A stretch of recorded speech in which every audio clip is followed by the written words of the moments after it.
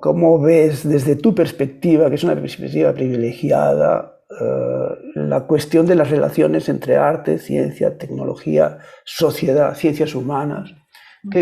¿Cómo ves este panorama tú? ¿Lo ves cohesionado? ¿Lo ves disperso? Veo que está en una condición de dispersión productiva, diría yo. Es Ujú. decir, creo que ya después de 10 años donde esto se ha ido instalando como una necesidad, como unas primeras experiencias explorativas, todavía podríamos decir incluso que han sido un poco básicas, eh, estamos entrando ya hace un tiempo, tal vez ya unos 3 años, en un segundo nivel de desarrollo que tiene más que ver con compartir preguntas. Hay una toma de conciencia muy importante hacia una toma de conciencia respecto de que el estatus del arte también es un campo de producción de conocimiento eh, y no solo un campo de producción estética. La estética de América Latina es una estética que que se ha sentado sobre la mirada occidental, evidentemente, eh, y que en los últimos 100 años está haciéndose preguntas sobre lo propio, ¿no? Por lo tanto, ha habido todo un desarrollo que yo creo que es un cambio muy procesual, pero ciertamente paradigmático, quiero pensarlo así, y yo particularmente estoy muy reencantada con esta difusión, pensando en tu idea de la dispersión, más bien quiero entender que hay una dispersión, una especie de neocolonización hacia esos territorios desde el arte, ¿no? Y eso justamente son relaciones en disputa, pero que es donde yo veo lo más realmente interesante, lo que realmente puede ir hacia un cambio de paradigma, donde los conocimientos no solamente se validan entre sí, sino también pueden abrirse a nuevas preguntas y a nuevas prácticas. Desde una perspectiva feminista, a mí me gustaría mucho que nos hablases de qué estás haciendo en el MAC Anilla. Sin duda las brechas de género en el arte contemporáneo son tan agudas como en otras áreas de la producción humana, tanto de conocimiento, etcétera, sin duda de los derechos, ¿no? De los derechos económicos, sociales y culturales, y de los derechos políticos. O sea, mi germen viene desde ahí, desde los derechos políticos, la representación política y, por ende, los derechos sociales, culturales, como derechos de tercera generación, que países como el nuestro son todavía una demanda muy fuerte. Y en las artes contemporáneas eso no siempre se ha visto reflejado, muy tímidamente. No tengo una explicación muy nítida de eso. Creo que tiene que ver con una impronta más antrópica, eh, eh, pero ese devenir, esa conciencia y esa instalación ya está, pero se ha ido focalizando más bien en revertir ciertas brechas, ¿no?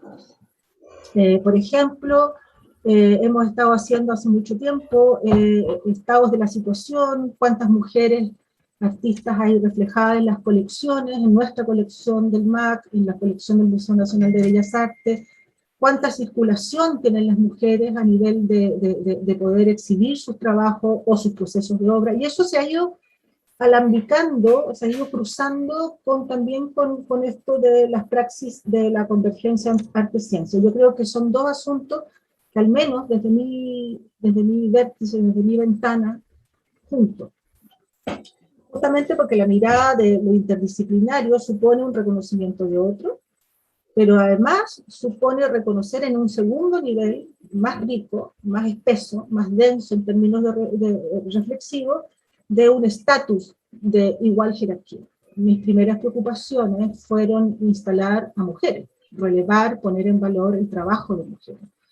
Y eso lo hemos hecho mucho, realmente para enriquecer debates formas y hacer y pensar, y yo creo que finalmente ese para mí sería el tercer nivel, ¿no? Que es un poco el que intento estar hoy día.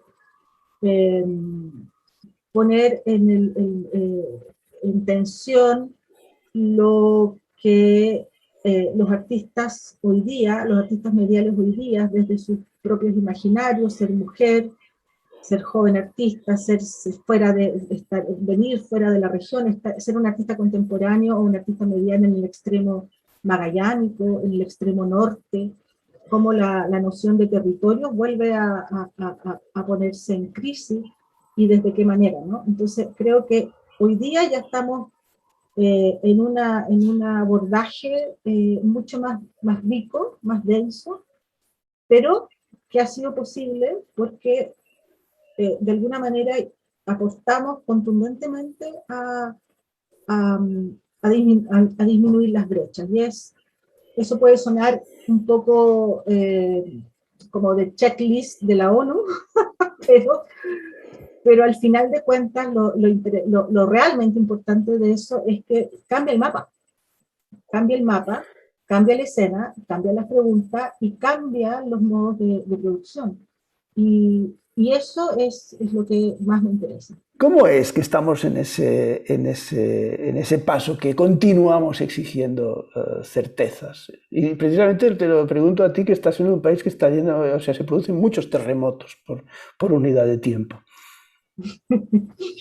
Sí, mira, estaba acordándome precisamente, y voy a partir contestándote a partir del trabajo de Alejandra Pérez, que es una artista chilena, de un trabajo, yo diría, que transita entre lo conceptual y lo parafernálico, pero con un minimal muy bonito. Pero ella trabaja también el cuerpo como sensor, ¿no? El cuerpo como sensor desde esta noción más, o este acercamiento más psicoacústico. Entonces, cuando Alejandra usa su cuerpo como sensor, y se ancla a la tierra y se acuesta y se recuesta en la tundra y se mete en los hoyos de la tundra magallánica, lo que está apelando es a una completitud, una suerte de completitud.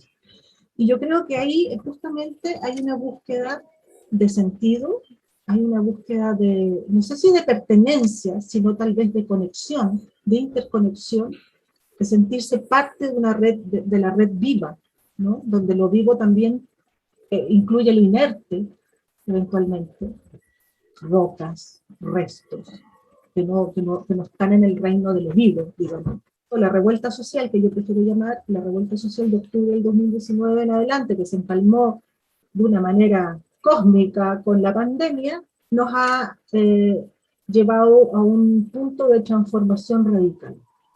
Y creo que, claro, podemos decir que este es un país con una morfología, con una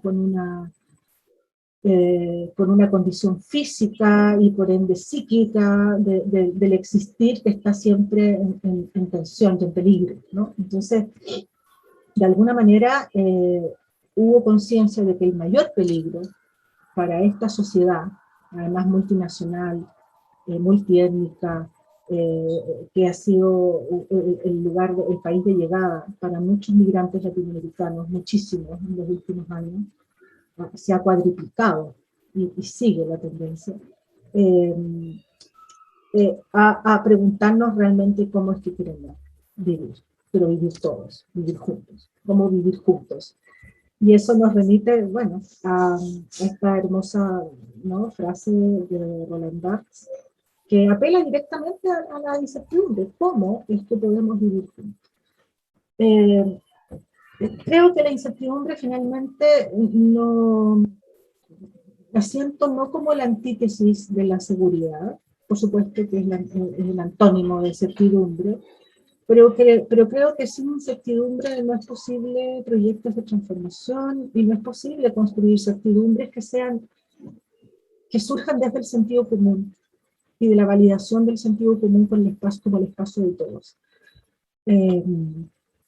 Creo que si para algo sirve la incertidumbre, digamos, creo que tiene un rol fundamental. De hecho, también la filosofía lo ha abordado bastante.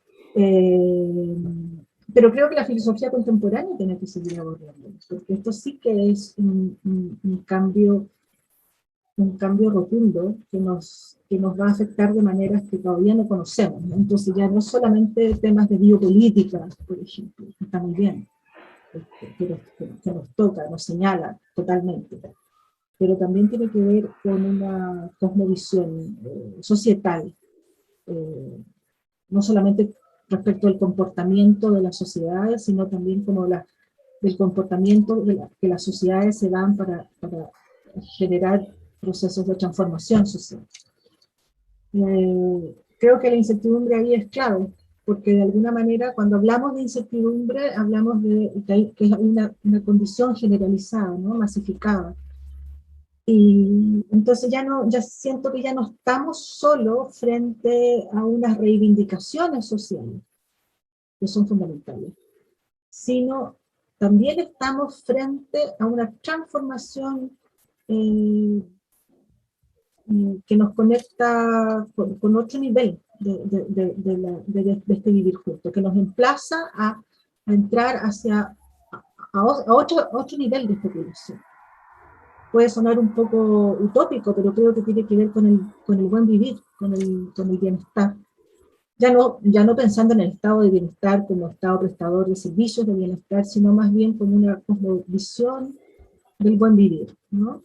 Y ese buen vivir supone colectividad, supone